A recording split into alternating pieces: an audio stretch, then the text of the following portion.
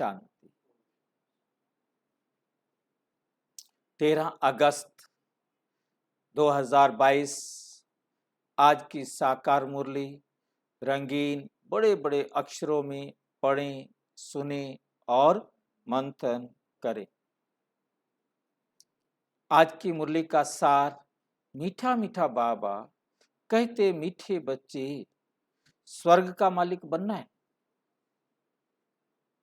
सारे कहेंगे हाँ।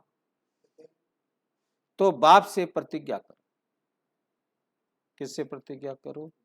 परम पिता परम आत्मा बाप से क्या करो? प्रतिज्ञा करो। क्या पवित्र प्रतिज्ञा करनी है? कि हम पवित्र बन आपके मददगार जरूर बने। क्या परमात्मा को मदद की जरूरत है? फिर हम पवित्र बनेंगे तो परमात्मा के ज्ञान के आधार पर हम पवित्र बने, हमारे व्यवहार को देखकर और भी पवित्र बनेंगे। उनको लगेगा तो उनका काम, परमात्मा का जो कार्य है वो क्या हो गया? सहज हो गया। और भाग्य किसका लिखा गया? हमारा। परमात्मा का तो भाग्य लिखना नहीं है। परमात्मा का भाग्य न लिखा जाना है ना मिटा जाना है नहीं। उसका तो लिखा पड़ा है परमानेंट, उसका तो चेंज होता नहीं। हमारा भाग्य खराब हो गया था, अब हमने अपना भाग्य फिर से लिखा। तो आपके मददगार जरूर बनेंगे, सपूत बच्चा बनकर दिखाएंगे। प्रश्न, किन्हों का हिसाब किताब चुकतू कराने के लिए पिछाड़ी में ट्रिब्यूनल बैठती है? पहली बात आती है ट्रिब्यूनल क्या होता है। शब्द नया है आप लोगों को। ट्रिब्यूनल कोर्ट में एक ऐसी कोर्ट बनाई जाती है जो ऐसे मुकदमे हों जिनका संविधान के अनुसार फैसला ना हो सकता। ऐसा कोई मुकदमा आ जाए, हमारे पास उसका कोई कानून बना हुआ नहीं है, उसके बारे में हमारे संविधान में कुछ लिखा हुआ नहीं है, तो उसके लिए फिर कानून बनाना पड़ेगा ना। हाँ जी, कोई खुली अदालत नहीं, ये ट्रिब्यूनल एक अलग, इसमें केस की अवस्था को देखते हुए कम से कम 3 जज, नहीं तो 5, 7, 11, 21 ऐसे जज बिठाए जाते हैं जो 2 से भाग ना हो, ताकि वो उस मुकदमे को सुने, उन बातों को सुने, फिर वो डिसीजन दे। मतलब जो डिसीजन होगा उस पर फिर उनके वोट होंगे। तो 31 हैं या 21 हैं तो नेचुरल है कि आधे आधे तो नहीं हो सकते ना। जिसमें 11 हो गए, 10, एक में 10 होंगे तो एक में 11 तो हो ही जाएंगे ना। ज़्यादा हो गए तो अच्छी बात है, यदि 20 हो जज तो 10-10 हो गए तो फिर फैसला तो ना हुआ ना। ठीक है, तो इसलिए उसका फैसला इस प्रकार से किया जाता है। 3 है तो एक तरफ 2 होंगे, एक तरफ 1 होगा।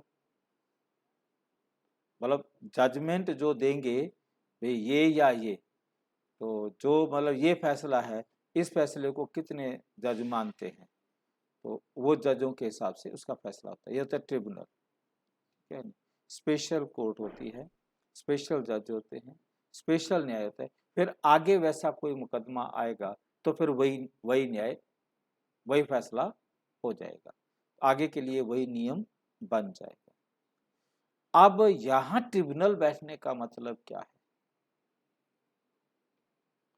जो क्रोध में आकर बॉम्ब से इतनों का मौत कर देते, जिन्होंने गुस्से में आकर बॉम्ब चलाया, 1000, लाख, 2 लाख, करोड़, 2 करोड़, 5 करोड़, जितनी भी आत्माओं को उन्होंने मार डाला। उन्होंने तो बम चलाया और इतने लोग मर गए। अब इसका फैसला कैसे हो, इसके लिए ट्रिब्यूनल बैठ, मैंने आपको दुख दिया तो आपने मेरे को दुख दिया, ऐसा बराबर हो गया। अब मैंने लाखों को दुख दिया और हर एक को दुख अलग अलग, हर एक को दुख अलग अलग। मान लो मैंने एक बम डाल दिया जो बिल्कुल बम के नजदीक था, जितना नजदीक था उतना जल्दी उसकी ओम शांति हो गई, या नहीं? जो जितना दूर था उसके थोड़ा टाइम लगा, ठीक है कि नहीं? उसने बम को फटते हुए भी देखा और भय भी हुआ। जिसके ऊपर गिरा वो तो ओम शांति उस टाइम हो गया, वो तो जिसको देखने का 1-2 सेकंड का भी टाइम मिल गया, भय भी हुआ और मरा भी। और कुछ इतना दूर थे कि उन तक पहुंचने में थोड़ा टाइम लगा, है ना? दूर थे, बम से थोड़ा दूर थे, परंतु वो मरे नहीं, घायल हो गए। कोई तड़प तड़प कर मरे, कोई और ज्यादा दूर थे, वो उनसे सिर्फ घायल घायल हुए, वो भी तड़प रहे हैं। उनके जीवन में फर्क तो आ गया ना, प्रभाव तो पड़ गया ना उनका। फिर कोई तो 1 सेकंड में चला गया, कोई 2 सेकंड में गया, कोई 10 सेकंड में गया, कोई 20 सेकंड में गया, कोई 1 मिनट में गया, कोई 1 घंटे में गया, कोई 10 घंटे में गया। मतलब हर एक के पार्ट में अलग अंतर आ गया ना। जैसे बम गिराए, समझ गए होंगे बात को। तो अब सबके साथ तो अलग अलग हिसाब हुआ। अब इसके साथ जजमेंट, उस एक बम से कितनी आत्माओं को कष्ट पहुंचा, दुख पहुंचा, वो दुख उस आत्मा को उसी समय लेना है।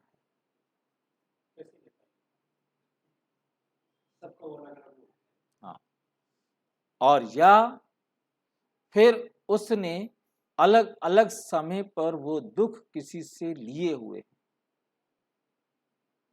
कुछ इस प्रकार से जो आज बराबर हुए, ठीक है कि नहीं? और दूसरा ये होता है कि बाबा ने कहा कि उनको उस थोड़े समय में भी इतना अधिक कष्ट महसूस होगा कि मेरे साथ इतना दुख हो रहा है। सूक्ष्म में ही वो सजा लेंगे, परंतु हर 5000 साल बाद फिर वही बम चलाएंगे, फिर वही फैसला होगा। उसके लिए कोई जज अलग से नहीं बैठेंगे, वही आत्माएं जिनको जिनको उसके द्वारा दुख मिला, वो उस समय या उस समय से पहले, दो ही कारण होते हैं, या उस समय के बाद, वो उसको दुख देने के निमित्त बने। क्योंकि एक साथ उसने अनेकों को दुख पहुंचाया ना, परंतु लेगा वो अलग अलग टाइम। कब लेगा, कैसे लेगा, कितना कितना लेगा, है नहीं? वो उस आत्मा का ड्रामा में रोल। हिसाब तो बराबर करके ही जाना है। मेरे कारण किसी को दुख मिला है, उससे मुझे दुख लेना ही लेना है। घर जाने से पहले मुझे वो हिसाब बराबर करके ही जाना है। बिना हिसाब बराबर किए कोई भी आत्मा घर वापस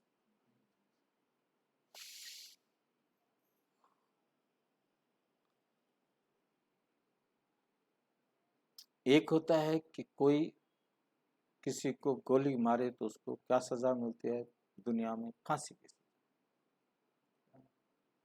और एक गोली मारता है वो पकड़ा ही नहीं जाता है तो उसको कौन सी सजा? क्यों? सोचो, है नहीं? फिर उसके बाद क्या आता है हमारे पास कि जिसने बम चलाया, जिसने भी कोई दुख दिया, कोई भी जुल्म किया, तो वो तो उसका हिसाब है ना। एक कोई बहुत बड़ा अपराधी है, उसको गोली मारने के लिए कहा जाता है, उसको इनाम दिया जाता है ना? शहीद हो गया या उसने मार डाला, फिर उसको पैसे दिए जाते हैं कि तुम मार डालो जो भी हमारे देश में शत्रु घुसे, उसको घुसते गोली से उड़ा दो। तो मतलब उसको इनाम दिया जाता है, और बिना उसके गोली मारे तो उसको सजा दी जाती है। हालांकि दुख तो उसने उसमें भी दिया, दुख उसमें भी दिया, दुख तो बराबर है ना। उसने उसको गोली मारी है, वो तड़प तड़प कर मरा है, ठीक है नहीं, तो दुख तो बराबर है ना। उसको इनाम मिला और उसको फांसी की सजा मिली, और जो पकड़ा नहीं गया उसको कुछ नहीं मिला। मारे तो तीनों ने, तीनों की अलग अलग है। हाँ, तो तीनों की सिचुएशंस अलग अलग, और जो पकड़ा नहीं गया, क्योंकि परमात्मा के कर्मों के हिसाब से वो आत्मा उसे उतनी देर का दुख जरूर देगी, जितना देर वो आत्मा तड़पी है उतनी देर का वो दुख उसे जरूर देगी, चाहे वो उसे मुक्का मार के दुख दे, चाहे उसे लठ मार के दुख दे, मतलब कैसे भी मारे। नहीं, मतलब गोली मारने की जरूरत मतलब कोई नहीं है, ये कोई मतलब नियम नहीं है कि उसने गोली मारी है तो वो उसको गोली मारे, दुख देगा। क्योंकि जैसे गोली मारी, गोली मारने के बाद उसका शरीर 5 मिनट तक तड़पा, 10 मिनट तक तड़पा, 1 घंटे तक तड़पा, दुखी तो हुआ ना, तड़पा ही तो ना। जैसे ही आत्मा शरीर से निकल गई तो कोई दर्द नहीं है, कोई तकलीफ नहीं है। इसी प्रकार वो आकर आपको ऐसा लठ मार दे कि आप 10 घंटे तक तड़पते रहो। वो 10 घंटे गोली खाने से तड़पा था, आप 10 घंटे लठ मारने से तड़प गए, उसके बाद 10 घंटे बाद आप ठीक हो गए, हिसाब बराबर। बात में इसमें 1 घंटा तड़पे थे तो 1 घंटा उसने कोई मुक्का ऐसा मारा, 1 घंटे तक आप वो दर्द हो गया, बस हिसाब बराबर। मतलब ये कोई जरूरी नहीं कि मर्डर में मर्डर नहीं, वही मैं बता रहा हूँ, वही इसीलिए स्पष्टीकरण किया कि दर्द होता है जितना, दुख दिया है जितना, उतना दुख मिलेगा। अब किसी ने गोली मारी, 2 मिनट में वो शरीर छोड़ के चला गया, अब उसको हमने फांसी की सजा दे दी, अब ये कोई न्याय थोड़ा हुआ। हमने उसको उम्र कैद दे दी, वो 20 साल से जेल में पड़ा हुआ, ये कोई न्याय थोड़ा हुआ, उसकी सजा थोड़ा है, उसकी सजा तो 2 मिनट की थी ना। ये जेल जाना उसका और किसी कारण का फल है, उन आत्माओं के साथ, कैदियों के साथ उसका हिसाब किताब है। कैसे जाएगा उनके साथ हिसाब किताब बराबर करने के लिए?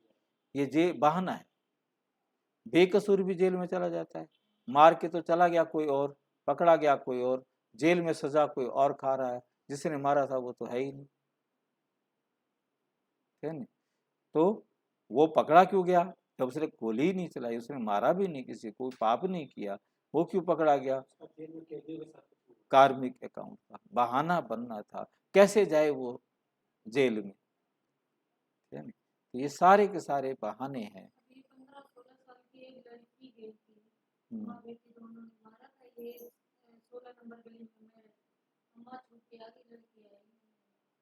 हम अच्छा, कोई हो जाएगी कोई, तो उम्र कैद भी क्या लंबी चौड़ी बात है, 20 साल, 20 साल का मतलब आधा कर दो, 10 साल, 10 साल में से छुट्टियां काट दो, 7 साल। हम्म, हाँ वो छुट्टियां छुट्टियां काट कुट करके 20 साल के 10 साल हो जाते हैं, 10 साल से छुट्टियां काट के 7, हाँ, फिर 8 साल, 8 7 साल नहीं, रात दिन का नहीं करते, चलो जो भी हो, मेन बात हमको समझनी है कि सजा को समझना है, वो सजा और वो सजा और वो इनाम, तीनों कुछ और कारण से है, उनका कारण वो नहीं है। मतलब हमें इस बात को ध्यान से समझना है। जो क्रोध में आकर बम से इतनों का मौत कर देते, उन पर केस कौन करे? इसलिए पिछाड़ी में उनके लिए ट्रिब्यूनल बैठती है, सब अपना अपना हिसाब किताब चुकतू कर वापस। मतलब वो आत्मा उसको दिखाई देगी और वो तड़पेगी और हिसाब बराबर। दूसरी आत्मा दूसरे टाइम पर, तीसरी आत्मा, सबका हिसाब बराबर होकर के ही घर जाना।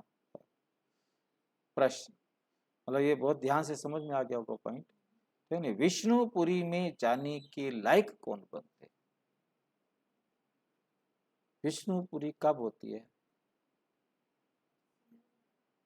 संगम पर होती है। विष्णुपुरी में जाने के लायक कौन बनते हैं? हाँ,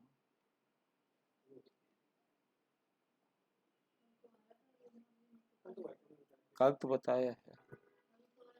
चार उससे जो वो हो जाते हैं उसमें आ जाते हैं। विष्णु चतुर्भुज जो चारों अलंकारों को वो करते अपने जीवन में संपूर्ण धारण करते हैं, वही विष्णुपुरी में जाने के लायक। वो चार अलंकार कौन कौन से थे? हैं। चक्र, हम्म, शंख, हम्म, गदा, हम्म, कमल का फूल। कमल के फूल का क्या मतलब? कमल फूल समान पवित्र। कमल फूल समान न्यारे और प्यारे, पवित्र, न्यारे और प्यारे। मीन जैसे कमल का फूल कीचड़ से अलग रहता है और सबको अच्छा लगता है, ऐसे ही आप परिवार में रहते हुए परिवार से अलग रहें, सारे परिवार को अच्छे लगे। समाज में रहते हुए समाज से अलग रहें, परंतु समाज को अच्छे लगे। ठीक है? आपका व्यवहार इतना अच्छा हो कि सब आपको लाइक करे, सबके बीच में रहना है और सबका प्यारा बनना, किसी को अपना नहीं समझना, सब अपने हैं, कोई अपना नहीं। ठीक है? ये है कमल फूल समान बनना। सुदर्शन चक्र चलाना, बुराइयों का गला काटते जाना, हर पल आपके अंदर जो बुराइयां हैं उनका गला काटते जाओ, तो आप सुदर्शन चक्र में एक्सपर्ट हो जाएंगे, अपनी सारी बुराइयों का गला काट देंगे। फिर तो अपनाना, क्या बोलते हैं, शंख बजाना है, अर्थात सबको आप समान पवित्र बनने के लिए ज्ञान देना है। और फिर है सेवा। ठीक है? तो चौथा हमारे पास क्या था? गदा। गदा का मतलब हर वक्त अलर्ट रहना कि कोई भी गलती मेरे से, कोई भी माया, कोई भी गलत संकल्प, गलत विचार मेरे पास ना आए, उसके लिए अलर्ट खड़े। जब ये चारों अलंकार आपके सिद्ध हो जाएंगे तो आप विष्णुपुरी के लायक बने, अर्थात श्री कृष्ण के साथ जन्म लेंगे। श्री कृष्ण के साथ जन्म, अभी जन्म लेंगे, यहाँ से शरीर छोड़ेंगे और वहाँ जन्म लेंगे।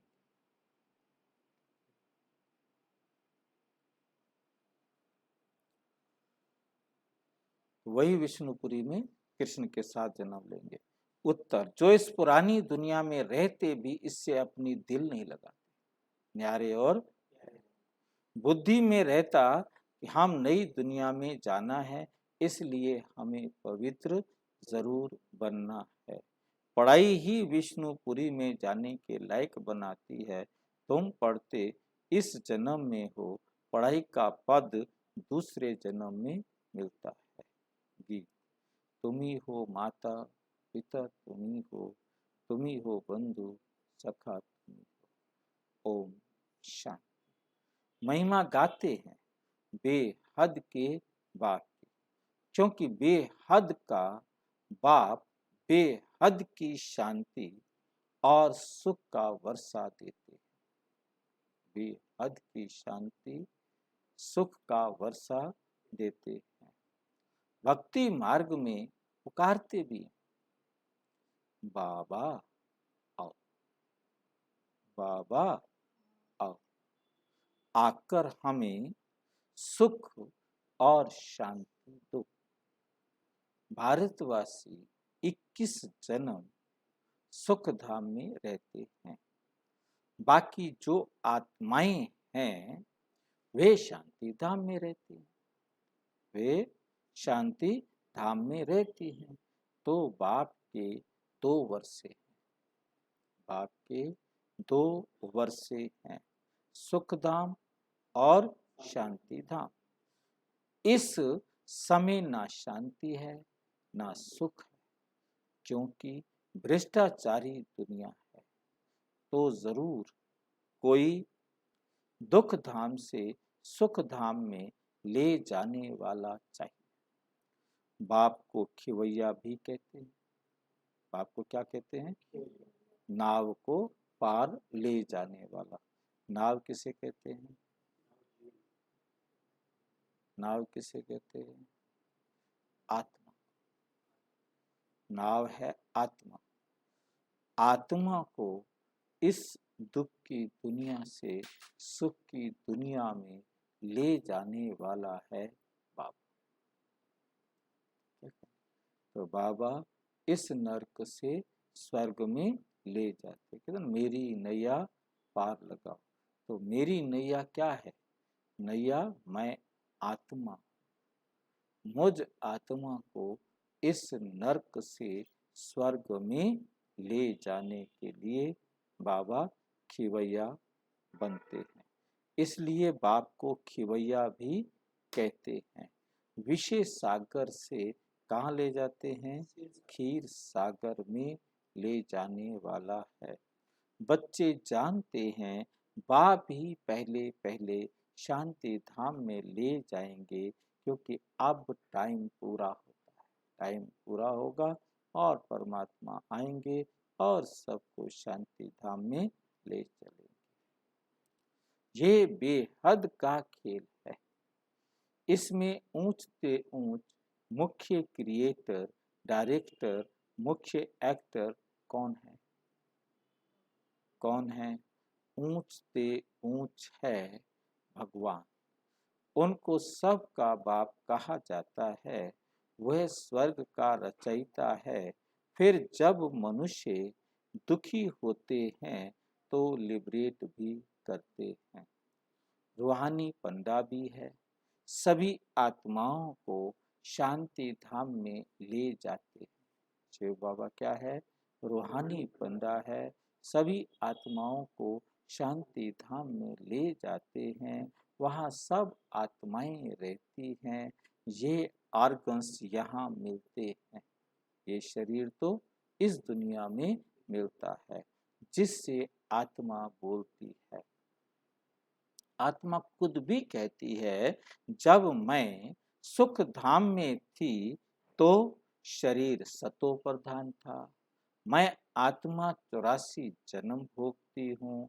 सतयुग में 8 जन्म, त्रेता में 12 जन्म पूरे हुए, फिर फर्स्ट नंबर में जाना है, फिर फर्स्ट नंबर में जाना है। बाप ही आकर पावन बनाते हैं। बाप ही आकर क्या करते हैं? पावन बनाते हैं।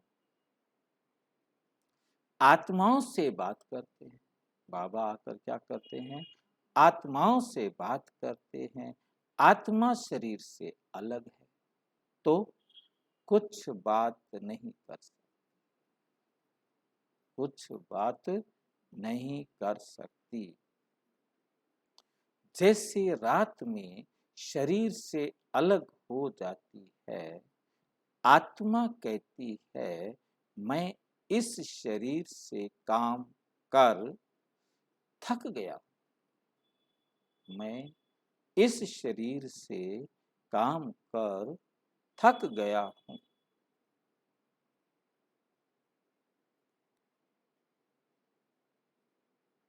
अब विश्राम करता हूं। आत्मा शरीर, आत्मा और शरीर दोनों अलग चीज है। आत्मा और शरीर दोनों अलग चीज हैं। ये शरीर जब पुराना है, ये है ही पतित दुनिया, ये है ही पतित दुनिया। भारत नया था, भारत नया था तो इसको स्वर्ग कहा जाता था, अभी नरक है, सब दुखी हैं। बाप आकर कहते हैं, इन बच्चियों द्वारा तुमको स्वर्ग का द्वार मिलेगा, तुमको स्वर्ग का द्वार मिलेगा। बाप शिक्षा देते हैं, पावन बन स्वर्ग का मालिक बनो, पावन बन स्वर्ग का मालिक बनो। पतित बनने से तुम नरक के मालिक बन पड़े हो। यहाँ 5 विकारों का दान लिया जाता है, यहाँ 5 विकारों को क्या करना है? दान करना है। आत्मा कहती है, बाबा आप हमको स्वर्ग का मालिक बनाते हो, हम प्रतिज्ञा करते हैं, हम पवित्र बन आपके मददगार जरूर बनेंगे, आपके मददगार जरूर बनेंगे। बाप का बच्चा जो ओबीडियंट रहते हैं, उन्हें सपूत कहा जाता है। उन्हें क्या कहा जाता है? सपूत कहा जाता है। कपूत को वर्षा मिल ना सके, कपूत को वर्षा मिल ना सके, ये बाप बैठ समझाते हैं। निराकार भगवान की निराकारी आत्माएं बच्चे हैं, निराकारी आत्माएं क्या हैं? बच्चे हैं। फिर प्रजापिता ब्रह्मा की संतान बनते हैं तो बहन भाई हो जाते हैं। क्या बन जाते हैं? बहन भाई हो जाते हैं। ये जैसे ईश्वरीय घर है, ये क्या है? जैसे ईश्वरीय घर है। और कोई संबंध और कोई रिश्ता नहीं, तो एक ही रिश्ता है कि हम एक ही बाप के बच्चे आपस में क्या हैं? भाई बहन हैं।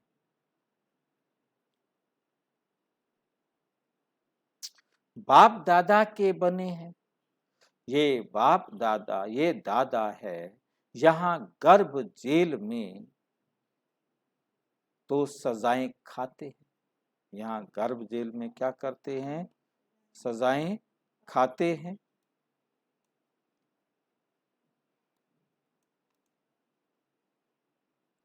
सतयुग में जेल होता नहीं, सतयुग में जेल होता नहीं, वहां पाप ही नहीं होता। जेल नहीं होता तो वहां पाप भी नहीं होता है। रावण ही नहीं, वहां पर रावण ही नहीं, इसलिए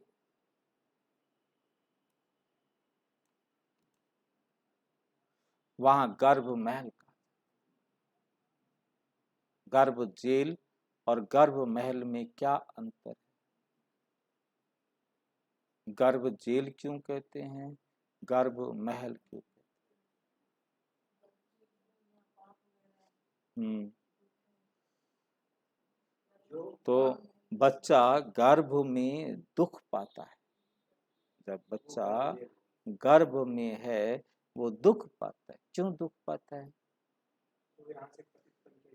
क्योंकि पतित आत्मा है तो वे गर्भ में सजा खाएगी, और जो पावन आत्मा है उसे सजा नहीं मिलेगी। तो उसके लिए होता है गर्भ महल, और पतित आत्मा के लिए गर्भ होती है जेल।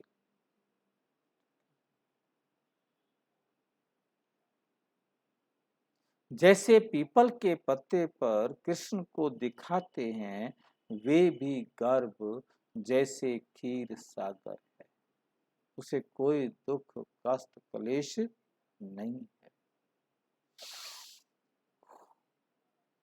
सतयुग में ना गर्भ जेल होती है, मतलब बच्चा गर्भ में होता है परंतु उसे गर्भ में कोई दुख तकलीफ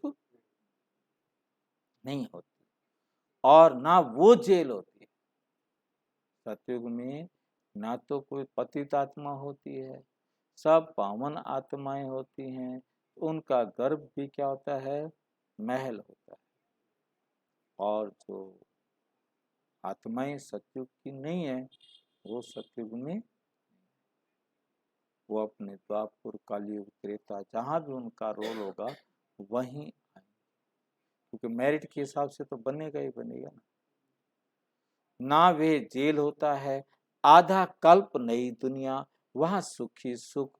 जैसे मकान पहले नया होता है फिर पुराना होता है, वैसे सतयुग है नई दुनिया, कलयुग है पुरानी दुनिया, कलयुग से फिर सतयुग जरूर बनता है। चक्र रिपीट होता रहता है, ये बेहद का चक्र है, जिसकी नॉलेज बाप ही समझाते हैं, बाप ही नॉलेजफुल है, इनकी आत्मा भी नहीं समझ सकती, इनकी आत्मा भी नहीं समझ सकती। ये पहले पावन थे, फिर 84 जन्म ले पतित बने हैं। ब्रह्मा बाबा, क्योंकि इनकी भी आत्मा अब पढ़ रही है ना, समझा रहे हैं बाबा, तुम्हारी आत्मा भी पावन थी फिर पतित बनी है। बाप कहते हैं मैं इस पतित दुनिया का मुसाफिर हूं, मैं इस पतित दुनिया का, क्योंकि पतित ही मुझे बुलाते हैं। जो पतित हैं क्यों बुला रहे हैं, हे पतित पावन आओ, इसका मतलब पतित हैं तभी तो पावन करने वाले को बुला रहे हैं कि आकर पावन बनाओ, मुझे अपना परम धाम छोड़ पतित दुनिया में आना।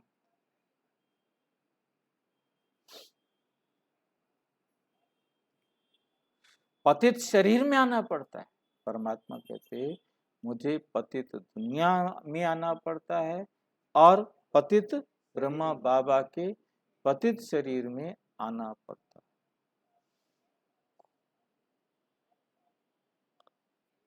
यहां तो पावन शरीर है ही नहीं, ये तो जानते हो। जो अच्छे कर्म करते हैं वो अच्छे कुल में जन्म लेते हैं, बुरे कर्म करने वाले बुरे कुल में जन्म लेते हैं। अब तुम पवित्र बन रहे हो, पहले पहले तुम विष्णु कुल में जन्म लेंगे, तब तुम मनुष्य से देवता बनते हो। आदि सनातन देवी देवता धर्म किसने स्थापन किया, यह कोई भी नहीं जानता, क्योंकि शास्त्रों में 5000 वर्ष के चक्र को लाखों वर्ष दे दिए। चक्र 5000 साल, लाखों वर्ष दे दिए। यही भारत स्वर्ग था, अब तो नरक है, अब तो नरक है। अब जो बाप द्वारा ब्राह्मण बनेंगे वही देवता बनेंगे, स्वर्ग का द्वार देख सकेंगे। स्वर्ग का नाम ही कितना अच्छा है, देवी देवता वहां मार्ग में जाते हैं तब पुजारी बनते। सतयुग त्रेता में देवता श्रीमत पर चलते हैं, सीधे रास्ते पर चलते हैं। साथिया देखा है, साथिया देखा है, साथिया देखा है आपने, किसी ने नहीं देखा साथिया? हाँ साथिया चक्र, सृष्टि चक्र देखा है कि नहीं देखा? सृष्टि चक्र में साथिया देखा है कि नहीं देखा है? वही आप चित्रों को भूल जाएंगे तो कैसे काम चलेगा? ये पढ़ाई है भाई, इस पढ़ाई में तो याद रखना पड़ता है। देख रहे हो साथिया, जो तो देखा है ना, देखा है परंतु समझा नहीं। ये साथी के अंदर आप ध्यान से देखेंगे तो आपको समझ में आएगा। कैसे समझ में आएगा ये साथी में, कि इसके अंदर दिखाया है, अब ये साथिया देख रहे हो, इस साथिया में स्वर्ग में इसकी जो भुजा है वो राइट साइड को जा रही है, ठीक है, मतलब हम राइटियस थे। फिर त्रेता में आप देख रहे हैं कि इसकी भुजा नीचे आ रही है, मीन्स हमारे चरित्र में गिरावट आई। फिर द्वापर में ये भुजा उल्टे रास्ते पर, उल्टी दिशा में जा रही है, वाम मार्ग में, बाईं तरफ, समझ रहे। तो इसलिए हमारे शास्त्रों में लिखा गया, द्वापर में देवता वाम मार्ग में चले गए, उल्टे रास्ते पर चले गए। तो जब हम सारे उल्टे रास्ते पर चले गए तो तमो प्रधान पतित काले हो गए कलयुग में आकर, तो परमात्मा आकर हमारे चरित्र को ऊपर उठाना सिखाते हैं। जब हमारा चरित्र ऊपर उठ जाता है तो हम सतयुग में चले। इसको साथिया बोलते हम्म हैं, बोलते हैं। अब समझ में, साथिया समझ में आया, क्योंकि समझाने का कितना विस्तार करें बहुत थोड़ा है, जितना भी समझाएं उतना थोड़ा है, ठीक है। मतलब मेन आ गया तो मैंने कहा चलो बता दो, तो हमें बात समझ में आई है। क्योंकि हम आत्माएं सतयुग में क्या थे, एकदम पवित्र थे, ठीक है कि नहीं। हम राइटियस थे, त्रेता में हमारा चरित्र गिरा, द्वापर में वह मार्ग में चले गए और कलयुग में पतित हो गए। तो परमात्मा आकर हमारे चरित्र को उठाते हैं और फिर हम सत्य के लायक बन जाते। सबसे बड़ा है ये सोमनाथ का मंदिर, जो सबसे साहूकार था उसने ही बनाया होगा, उसने ही बनाया होगा। जो सतयुग में पहले पहले महाराजा महारानी थे, वही जब पूज्य से पुजारी बनते हैं तो शिव बाबा जिसने विश्व का मालिक बनाया है उनका मंदिर बनाते, उनका मंदिर बनाते हैं। खुद कहते हैं, खुद कितना साहूकार होंगे जो इतना बड़ा मंदिर बनाया, जिसको मोहम्मद गजनवी 17 बार आक्रमण कर करके लूट कर ले गए। सबसे बड़ा मंदिर है शिव बाबा का, वो है स्वर्ग का रचयिता, खुद मालिक नहीं बनता, स्वर्ग बनाता है, स्वर्ग बनाता नहीं, स्वर्ग बनाने की विधि सिखाता है और हम बनाते हैं, जो बनाते हैं वो स्वर्ग में जाते हैं। शिव बाबा स्वर्ग बनाता नहीं तो स्वर्ग में जाता नहीं, स्वर्ग का मालिक भी नहीं बनता।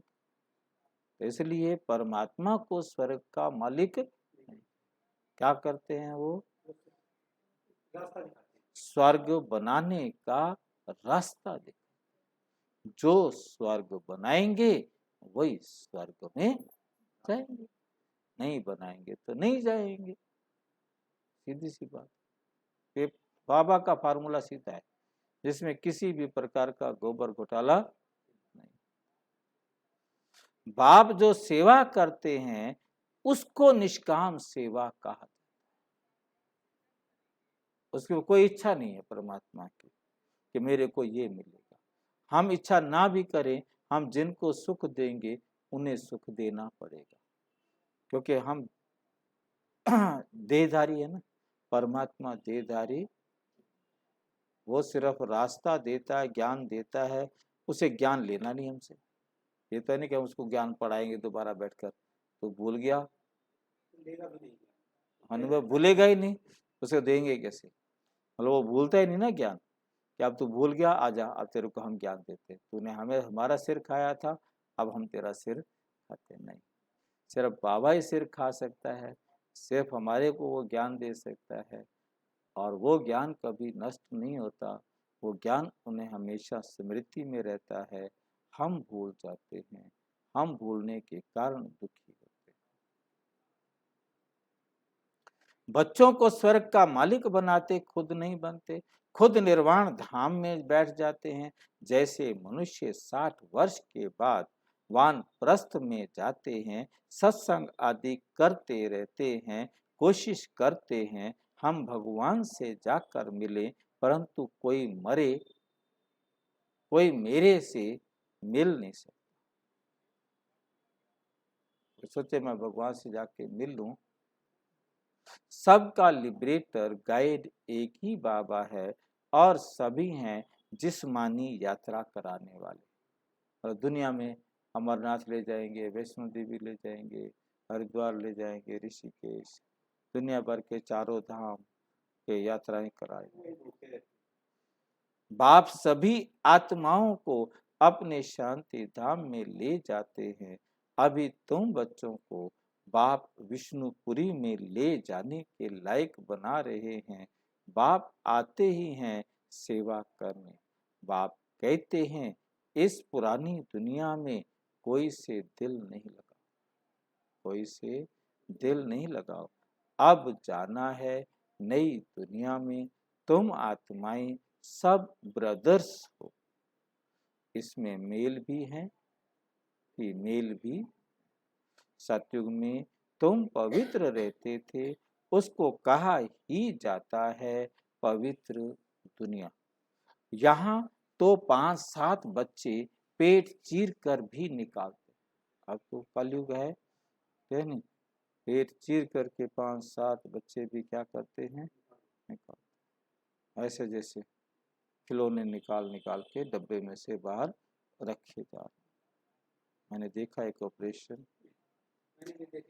सतयुग में ला बना हुआ है, जब समय होता है तो दोनों को साक्षात्कार हो जाता है।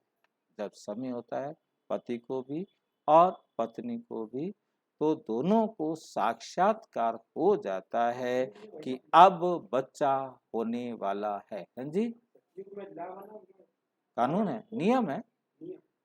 सतयुग में नियम है कि पति और पत्नी को दोनों को ही साक्षात्कार होगा कि अब बच्चा होने वाला है। और दोनों को पहले संकल्प आएगा, संकल्प करेंगे हमको लड़का चाहिए, बस माँ को गर्भ हो गया, 9 महीने बाद बच्चा बाहर आना है, तो उनको लगेगा अब बच्चा जन्म लेने वाला है, बच्चा जन्म लेगा। ना कोई तकलीफ, ना कोई दर्द, ना कोई दुख, ना कोई पीड़ा, ना माँ को कोई तकलीफ, ना बच्चे को कोई तकलीफ, क्योंकि इसलिए वहाँ होता है गर्भ महल। क्योंकि आत्मा भी सतो प्रधान, शरीर भी सतो प्रधान, अब आत्मा तमो प्रधान, शरीर भी तमो प्रधान, इसलिए माँ को भी और बच्चे का भी एक नया जन्म होता है। नहीं तो माँ भी मर सकती है, बच्चा भी मर सकता है और मर जाते हैं, ये कोई नई बात नहीं है। मतलब क्योंकि दोनों नर्क में, ये दुनिया क्या है, नर्क। जब समय होता है तो दोनों को साक्षात्कार हो जाता है कि अब बच्चा होने वाला है, उसको कहा जाता है योग बल। योग बल क्या, पूरे टाइम पर बच्चा पैदा हो जाता है, ये नहीं कि लेट हो जाए, पहले हो जाए, फिर उसको महीना महीना 2-2 महीना क्या बोलते हैं, मशीन में रखो, नर्सरी में रखो। कोई तकलीफ नहीं, रोने की आवाज नहीं, वहां बच्चा रोएगा नहीं, क्योंकि तकलीफ ही नहीं हुई तो रोएगा क्या। या ना रोए तो कहते बच्चा क्या हो गया, बच्चे को मारते हैं। कोई अगर पेट में बच्चा वो होता है और 3-4 महीने में जो कर्म वो नहीं हो जाता है, तो उसमें आत्मा का क्या वो होता है जो उसको खराब हो जाता आत्मा है ही नहीं। 3 महीने तक तो आत्मा होती ही नहीं है। 3 महीने के बाद आत्मा आती है। अब उस आत्मा का रोल पर निर्भर करता है कि वो आत्मा एक दिन गर्भ में रहे और गर्भ गिरा दिया जाए या गिर जाए, कुछ भी हो जाए, है नहीं, मतलब उसका रोल उतना था एक। अब उसके बाद वो गर्भ छोड़ेगा, फिर कहीं और उसका गर्भ तैयार है, वहां जाकर के उसमें प्रवेश करेगा, वो भी उसकी मृत्यु है। 1 दिन में भी मृत्यु हो सकती है, 10 दिन में भी हो सकती है, 4 महीने में भी हो सकती है, 3 महीने में भी हो सकती है, 1 साल में भी हो सकती है। मृत्यु जब होगी तो उसके बाद उसके साथ दूसरा गर्भ भी तैयार है। है। वो जन्म जन्म में आ जाएगा ना। हाँ, वो एक दिन उसका जन्म में आ गया, क्योंकि आत्मा ने गर्भ में प्रवेश किया तो जन्म, ठीक है, तो वो उसकी मृत्यु भी है। जब गर्भ में आत्मा आती है तो धड़कन भी आती है और माँ को महसूस होता है कि आज कुछ हिला। इससे पहले मूवमेंट नहीं होती, इससे पहले वो बड़ा हो रहा है परंतु कुछ हिलता नहीं। आत्मा आने के बाद चुर पुर शुरू होती है। आजकल तो कितना तकलीफ से बच्चा पैदा होता है। ये है ही दुख धाम, सतयुग है ही सुख धाम। तुम पढ़ाई पढ़ रहे हो सुख धाम का मालिक बनने, उस पढ़ाई का फल तो इस जन्म में भोगते हैं, इस जन्म में भोगते हैं। तुम इस पढ़ाई का फल दूसरे जन्म में पाते। आप पढ़ाई की है, बाकी तो होता है कि जो पढ़ाई की उसी जन्म में काम आए आए ना आए।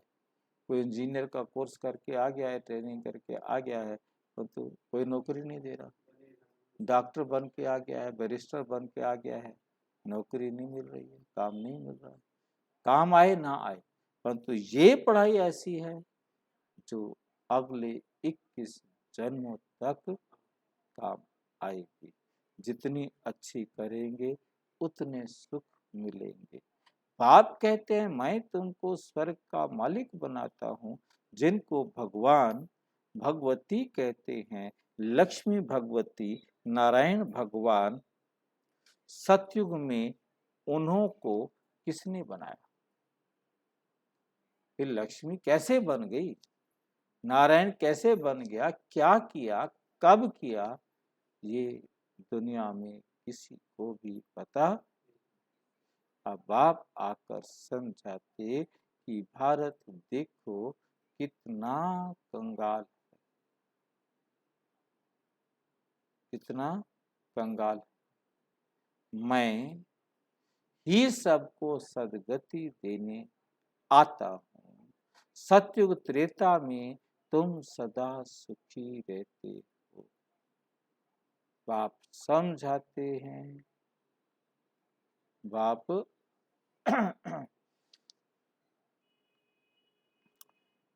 बाप इतना सुख देते हैं जो भक्ति मार्ग में भी फिर उनको याद करते हैं। बाप कितना सुख देते हैं जो भक्ति मार्ग में भी उनको याद करते हैं।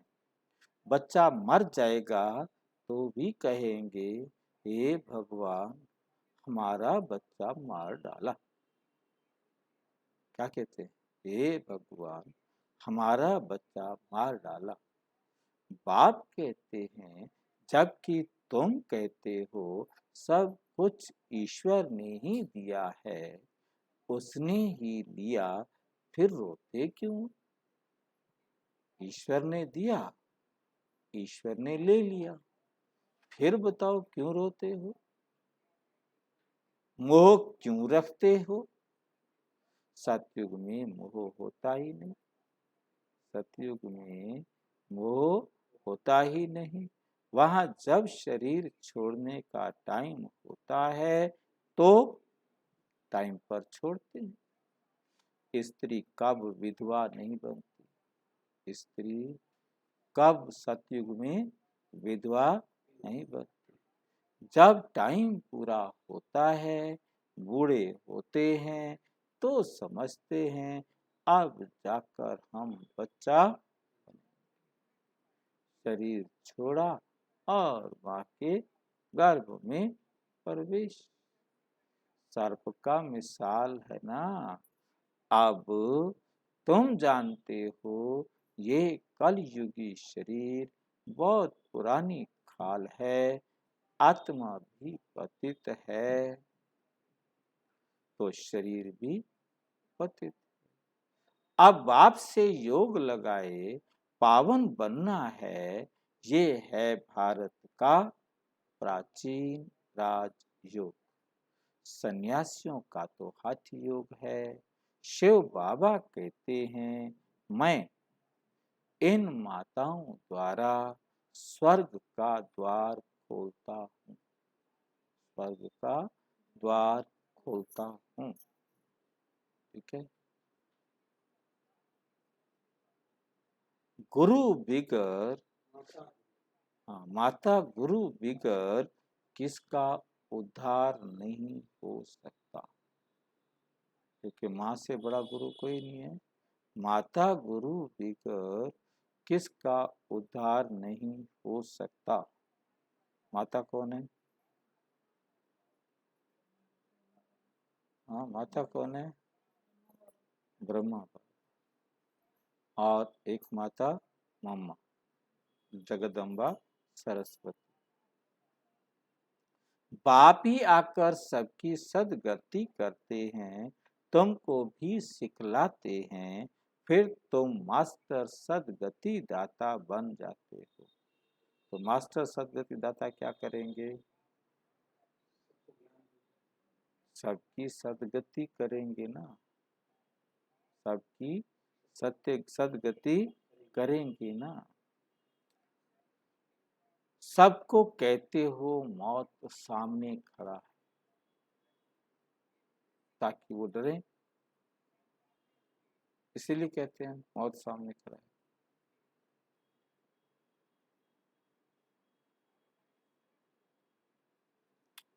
सबको कहते हो मौत सामने खड़ा है, अब बाप को याद करो। सब खत्म हो जाना है।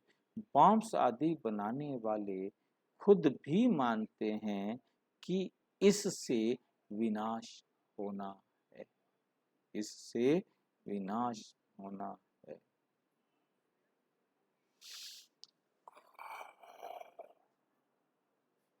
परंतु हमें कौन प्रेरता है, कौन हमें कहता है कि बम बनाओ? पता ही नहीं। समझते हैं एक बम फैलने से सब दोष, सब कुछ खत्म हो जाए। बाकी थोड़ा समय, जब तुम कांटों से फूल बन जाओ, ये है ही कांटों की दुनिया। भारत ही फूलों का बगीचा था, फूलों की दुनिया थी। अब है वैश्यालय, फिर होगा शिवालय, अर्थात शिव द्वारा स्थापन किया हुआ स्वर्ग, स्थापन किया हुआ स्वर्ग। भगवान तो एक ही निराकार है, मनुष्य को कभी भगवान नहीं कह सकते। दुख हरता सुख करता एक ही बाप है। भगवानोवाच, मैं तुमको नर से नारायण बनाता हूँ, ये पुरानी पतित दुनिया अब खत्म होनी है। मैं पतित से पावन देवता बनाता हूँ, फिर तुम चले जाएंगे अपने घर, फिर तुम चले जाएंगे अपने घर। ड्रामा को समझना है। इस समय देखो मनुष्यों में क्रोध कितना है, बंदर से भी बदतर, बंदर से भी बदतर हैं। क्रोध आता है तो कैसे बॉम्ब से सबको मार डालते हैं।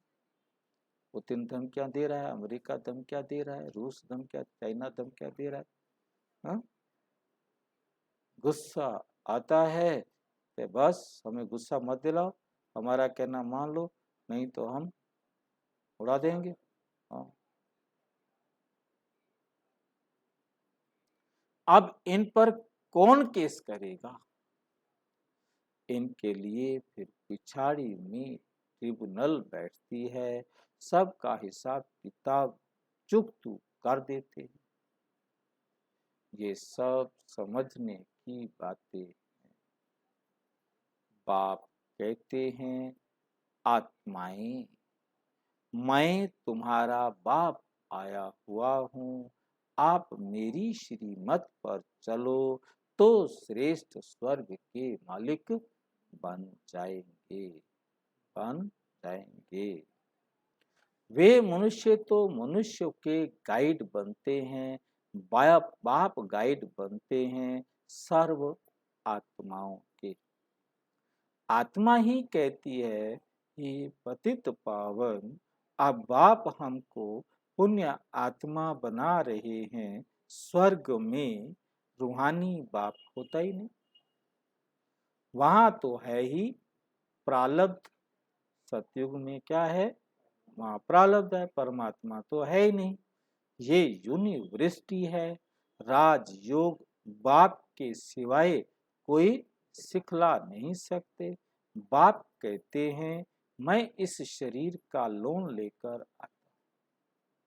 बाप कहते हैं, मैं इस शरीर का लोन किराए पर लेकर आता हूँ। आत्मा तो दूसरा शरीर में आ सकती है ना। ये ड्रामा की नूंद है। इनको फिरने में 5000 साल लगते। इस ड्रामा को फिरने में, चलने में 5000 वर्ष लगते हैं। कहते हैं, पत्ते पत्ते में ईश्वर है। पत्ता हिलता है, इनमें आत्मा है, लेकिन नहीं, ये हवा से हिलता है। तुम जैसे यहाँ बैठे हो, फिर 5000 वर्ष बाद बैठेंगे। अब बाप से वर्षा लिया सो लिया नहीं, तो फिर कभी ले नहीं सकेंगे, ले नहीं सकेंगे। इस समय ही ऊंची कमाई कर सकते हो, फिर सारे कल्प में ऐसी ऊंची कमाई हो नहीं सकती, हो नहीं सकती। अच्छा, मीठे मीठे सिक्की लधे बच्चों प्रति माता पिता बाप दादा का याद प्यार और गुड मॉर्निंग। रूहानी बाप की रूहानी बच्चों को नमस्ते। हम रूहानी बच्चों की रूहानी बाप दादा को नमस्ते, नमस्ते, नमस्ते।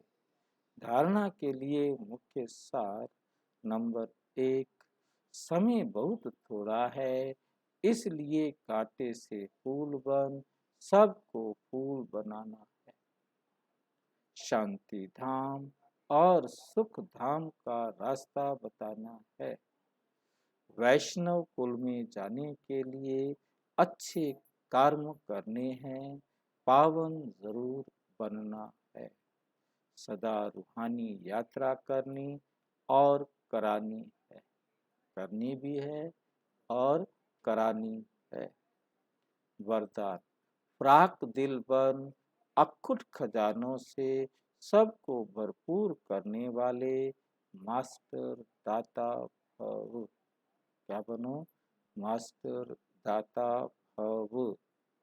प्राक दिल बनो, क्योंकि अखुट खजाने बाबा के क्या हैं, जो कभी खजाने खुट ही नहीं सकते, उनसे सबको भरपूर करो, तुम्हारा तो कोई घाटा होना ही नहीं। हर एक अपने अपने मेहनत का फल ले लेगा।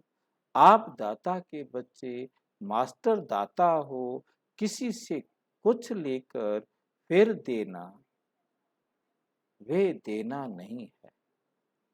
लिया और दिया तो ये बिजनेस हो गया।